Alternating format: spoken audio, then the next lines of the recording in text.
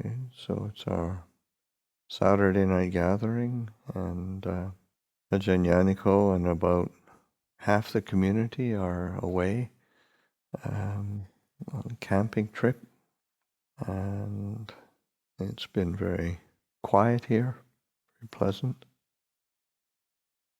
This morning, for the morning reflection, I gave a bit of a reflection around the importance of knowing how to bring happiness into the mind. And I thought I would flesh that out a bit more. And, I think it's something that is, particularly, as I mentioned this morning, I think anyway, who knows what I said this morning. But the tendency for us is to try to make the mind peaceful really quickly, get insight, and which is quite a noble endeavor, and just jump into anapanasati, mindfulness of breathing, and different insight practices, but then wonder why meditation gets kind of dreary or dull sometimes, or not just dreary or dull. Sometimes it just is plain tense and tight. And certainly from a traditional perspective, there's all sorts of kind of discursive practices that the Buddha gave. And because we sort of, we work from the kind of axiom, I think, therefore I suffer. And so then we say, well, if I could just stop thinking, I would stop suffering. But, the reality is quite different. Even if we are able to stop thinking, we're sitting there suffering silently. So it's just so important to have some skill at brightening the mind, making the mind, kind of bringing a gladness to the mind. And this is where the traditional practices, what they're called anusati, recollections, and the recollection of the Buddha, Buddhanusati, Dhammanusati, recollection of the Dhamma, Sanghanusati, recollection of the Sangha, Silanusati, recollection of virtue, Jahakanusati, recollection of generosity, Devadanusati, recollection of the Devatas. These come up over and over and over again in the suttas, in the discourses, and they're important to know how to use them and be willing to use them in order to bring this sense of kind of gladness to the mind. Because that's quite explicit when the Buddha talks about like using Buddhanusati, all of these anusatis, that when one recollects, and I use the Buddha as the example, when one recollects the Buddha, as one recollects, the mind is not overwhelmed by lust, by hatred, by delusion. And when the mind is not overwhelmed or overcome by, obsessed by lust, hatred, and delusion, the mind experiences a sense of settling from that, and gains a inspiration in the Buddha, gains inspiration in the meaning, gains inspiration in the Dhamma. And that gaining of inspiration with inspiration as a condition, and there's a sense of gladness. And when the mind is gladdened, then that sets up the conditions for a sense of joy. When the mind is joyful, there's the conditions for a sense of tranquility to arise. When the mind is tranquil, then that's the conditions are there for the mind to experience happiness. And the happy mind, that's the condition for the mind to be settled, to experience samadhi. And So that with the mind being, say, settled and clear, then one is able to shed greed, hatred, delusion even more, gains a sense of energized quality and well-being. That, is a great factor on the path for furthering one's practice, one's training, one's development, and the refining of the mind, preparing it for insight and relinquishment.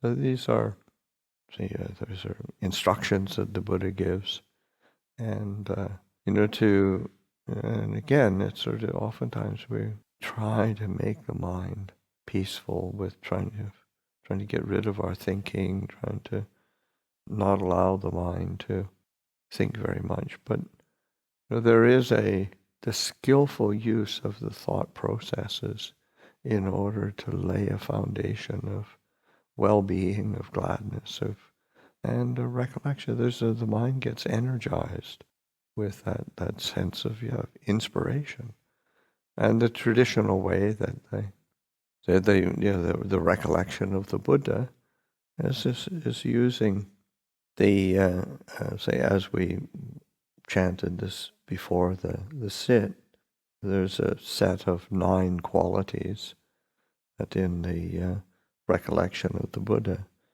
that iti piso bhagawa, so the Blessed One, is an arahant, is indeed the pure one. Arahang is pure. And oftentimes in Thai, the way it's translated is one is far from defilement. So there's a sense of purity, and it's interesting that it's far from defilement. So the mind that is peaceful and clear and happy. It's not necessarily some absolute purity, but it is far from the tendency to get caught up in our obsessions or our the things that defile the mind, stain the mind.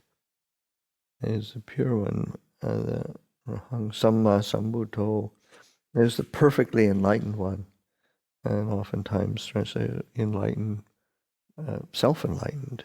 He didn't have a teacher, but still, through his own aspiration and effort, energy that he put forth, and his own assiduousness in tracking what's the root of this problem, and to be perfectly enlightened, perfectly awakened.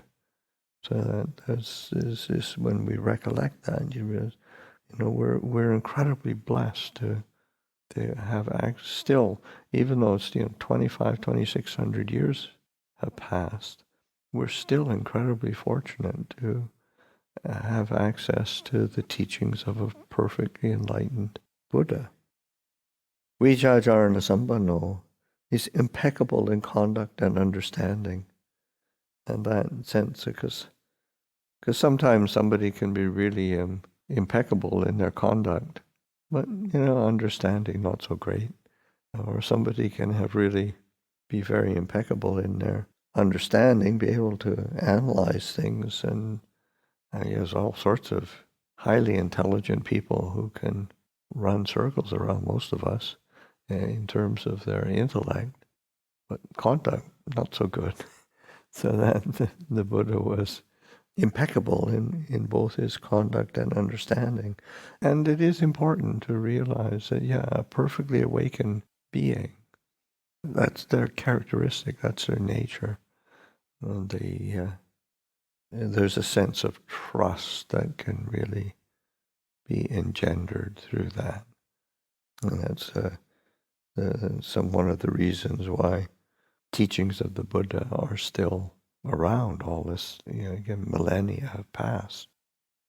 Sukhato is translated as the accomplished one. There's lots of different translations. Our chanting book is not the definitive one. It's a good translation, but it's there's always going to be a variety of translations, and Sukhato literally means well gone. And so that, and sometimes translated as noble. Accomplished one is a good translation, I think, of that term, sugato. It's almost a sort of a toss-off. It's a word, but it has a lot of, yes, he's somebody who he's done what he needed to do. Lokavidu, the knower of the worlds. This sense of the Buddha being extremely accomplished in the realm of humans, of like knowing the world so thoroughly. And the world, he didn't have a PhD in physics, but he understood the nature of the world. But more importantly, when we say of the world, like there's a discourse where the Buddha is asked straightforward, the world, what is the world? And the Buddha responds, that whereby one is a perceiver of the world and a conceiver of the world, that is the world. So that it's not sort of, yes, one isn't fooled by the world out there, but also what's more important, one knows very clearly where this world is coming from. And the world is coming through our perception and our conception of what we think and feel about the world. Because that can be complicated. And being able to cut through, being a knower of the world is that ability to cut through the world, not be fooled by the world.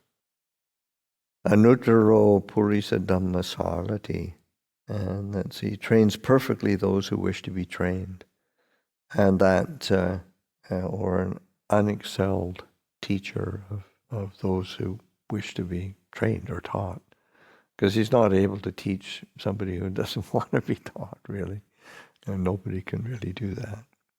But the Buddha could, and that's why when the Buddha described his dispensation, he described it as this Dhamma Vinaya, this teaching and this training, this teaching and this discipline, because it's not just an intellectual knowledge. It is something that you have to train your whole body, speech, and mind with. And the Buddha was able to lay down a training and a teaching that people could follow and practice. That's also why you think when the Buddha first started teaching, he made a point, and throughout his 45 years of teaching, and he said focusing on Four Noble Truths, making this rather than it being a philosophy or a religious belief system, he made it into something experiential, because we all experience dukkha, we all experience suffering. We all are the causes of suffering need to be understood. We all want to experience an ending, a cessation of suffering, of stress, of discontent, of dissatisfaction. So he made that into a teaching that was very practical, and of course the Eightfold Path, a path leading to the ending of suffering. Something that is essential to giving, because just having the tools to be able to work on how do we decrease this sense of discontent and dissatisfaction, distress that we are so much a part of the human condition. And so that we can train in this, we can work with this human condition and free ourselves. It's amazing teaching. And the Buddha didn't sort of, basically, because it's up to us. He said he can give the tools, he can give the way of practice, and he lays it all out for us, but it's up to us to do it. Satadeva Manusanang, teacher of gods and humans. They're basically, as long as one were a human being, and to a certain, there were celestial beings who did understand the teaching of the Buddha. mainly the humans and the variety of people who we taught. I mean, there were young children. The youngest that's recorded in the canon is 7 years old, receiving the teachings and actually penetrating them and realizing them. And some were already very learned scholars, say Brahmins already, because they were like Brahmin priests start from a very young age with a training, but very different than the Buddha's teaching, but they have a religious foundation. And to all the way to probably the most extreme case is Angulimala, the famous serial killer at the time of the Buddha, and he was able to teach, and he ordained as a monk and penetrated the teaching, realized arahantship, so that the Buddha, as a exceptional teacher, Buddho, is awake. And Buddho Bhagawa. Bhagawa is translated here as holy. Kind of okay translation, but it can be a bit fraught in the English language. The Bhagawa is generally sort of translated as the Blessed One, both one who brings blessings and himself is blessed with many fortunate qualities. But the Buddho, this quality of being awake to the truth, awake to reality, awake to liberation, was woken up from the delusion of general existence. So that these are qualities of the Buddha, and we can use this. It's just like you memorize the chanting. It's 9 little words or phrases. It's not that much. It's not beyond most people's capability. And then going over that in the mind, bringing up these qualities, it just brightens the mind. You say, and also this is, say, the qualities of the Buddha are never, they say they're never reserved for just the Buddha. The Buddha is the person who paved the way for the rest of us to realize the truths that he himself realized, and has opened the door for us. So that sense of the, just going over those qualities and reflecting, it really it brightens the mind. There's inspiration can come up, and so that seeding the mind with happiness and well-being.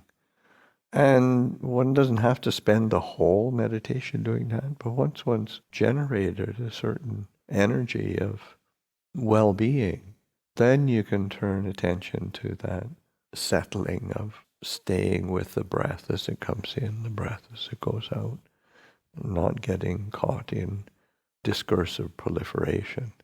But the mind is happy to settle on an object when there is this foundation of well-being.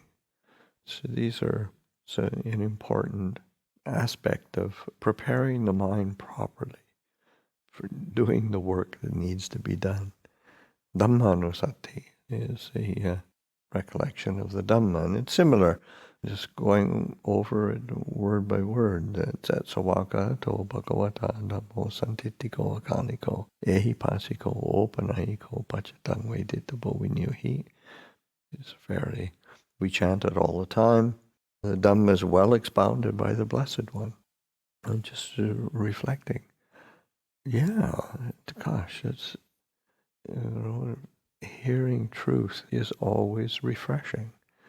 It's apparent here and now. It's just this can be santitiko. It's apparent here and now. It can be seen in this present moment. It's not that, I have to do this for this amount of time or this amount, or get this amount of kind of Buddha points, and and then I can finally see it. It's apparent here now. The truth is always here. It's not. Of course, it is hidden by our delusion and our confusion, but that's not the nature of Dhamma. That's the nature of our deluded, confused mind. Those are two different things. The Dhamma is santitiko. It's apparent here and now. The kaliko is timeless. It's a similar quality. And then the Buddha says, yeah, whether a Tathagata appears in the world or doesn't appear in the world, this Dhamma is still true. Everything is impermanent. Everything is unsatisfactory. All things are not self. Sabbe sankhara anicca, sabbe sankhara dukkha, sabbe dhamma anatta. Those fundamental universal truths, characteristics. Ehipasiko, it's encouraging investigation. It's not to be just taken on face value. It's not to be just believed in. The Buddha is encouraging us to investigate it, test it out, try it out, pay attention, look at it carefully. Opanayiko, leading inwards. In Thai, the word is nom koma saitua. It's like to bring, it's like opanayiko, it's leading inwards is another, how it's translated here, but when it's saying leading, is drawing the teachings into the heart. And it's bringing it in. It's not sort of looking for anything out there. Just bring it into the heart. And as I say in Thai, it's nom kama. It's sort of, it's like to respectfully, it's like to introduce it to the heart, bring it in. Pachatang veditabo vinyuhi, to be experienced individually by the wise. And so it's the nature of it. Nobody can give it to you. And the Buddha can't give it to you. It's to be experienced for ourselves. But we do need to exercise our wisdom. But it is there. And so they just, Dhammanusati as a exercise, as brightens the mind, lays a foundation. Sanghanusati, a recollection of those who practice. And those who have experienced the fruits of practice, practiced well, practiced directly, practiced insightfully, practiced with integrity. You think, there are those beings who have practiced well. They've really put this teaching into practice. And sometimes it's both on a historical level, just sort of thinking, the reason why this teaching is still here is because people have practiced it and experienced the fruits of it and been willing to show by their example that this is possible. So that's a lot of gratitude come up. Or they're just reflecting on beings who one has confidence in, that this is a person who has really experienced the fruits of the practice. They have practiced well. And whether it's a monastic or a lay person, doesn't really matter. Because that's in the chant, it's not talking about a monastic or lay, male or female, old or young. It's this weird idiom that almost nobody knows about. We chant it all the time. 4 pairs, 8 kinds of noble beings. But it's the pairs of those who have experienced the fruits of the practice. So a stream enterer, once returner, non-returner, arahant. So both the pairs are those who are on the path for that and those who have experienced the fruit. So that is as I said, these are the Blessed One's disciples. These are the true disciples. And so, it is available there for anyone who's willing to practice in a good way. That's Supatipanno. The recollection of sila, virtue, integrity. And of course and it's recollecting that when we live in a way that does have integrity, that does have there's a fidelity to moral principles, not in a kind of moralistic or prissy way, but a sense of, here's a trustworthy person, and draw close to that person, and there's a feeling of trust, of inspiration, and it's because their conduct is, on a fundamental level, you've got this feeling, they're not going to harm us. They keep the first precept. They're not going to rip us off in some way. Keep the second precept. They've got an integrity in their relationships. And they've got an honesty and a fidelity to truth. And they're not confused by various intoxicants that are available. It's just it's on a fundamental level, those 5 precepts. And again, whether it's a layperson or a monastic, it's that commitment to a foundation of harmless behavior. It's also internally one of the things that I think, what it does is, we create a sense of safety for others. And knowing that one is creating that safety and has the possibility of, it is a foundation of compassion. So that having that commitment, it's very inspiring to the mind. There's a lot of happiness can come, both in contact with one, knowing there are beings who do have that, and then when we see that within ourselves, recollecting the value of that, and recognizing, this is really important to me. It brings up a lot of happiness and well-being. Sila no sati, Chahaka no sati. Chahaka is usually translated as generosity, and Chahaka is literally usually means like something like giving up. So that giving up, relinquishing, being willing to relinquish the kind of selfishness or miserliness, that worry that we tend to have of, what am I going to get? What am I? That worry that if there's so much available, if I don't get it, I'm going to miss out. And in this sense of Chaga, is being able to, that sense of self-worry or self-obsession drops away. And the expression of Chaga, of that giving up, is dana, is giving, is sharing. But that recollection of that, the power of that giving up, it brings a lot of lightness to the mind. Because there's a lot of, if we view the world through that zero-sum mentality of, I've got to, what am I going to miss out on, or what do I have to get? There's limited resources, I better get it. And it's not very beautiful. It's not very bright. And the last quality, Devatanusati, which is a recollection of the Devas. And what's interesting, because Devas are like celestial beings, and so heavenly beings, celestial beings, beings of Deva literally means bright beings.